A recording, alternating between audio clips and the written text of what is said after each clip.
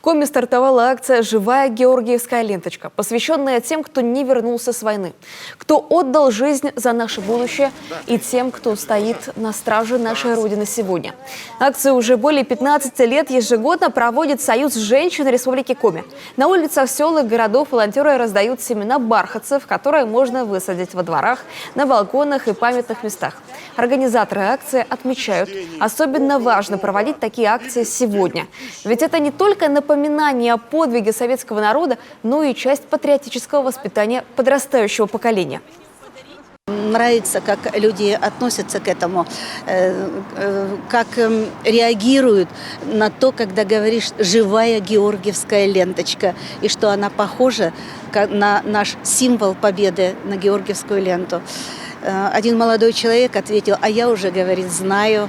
В общем-то, поэтому мы призываем всех, не только сыктывкарцев, всех жителей нашей республики посадить эти цветы.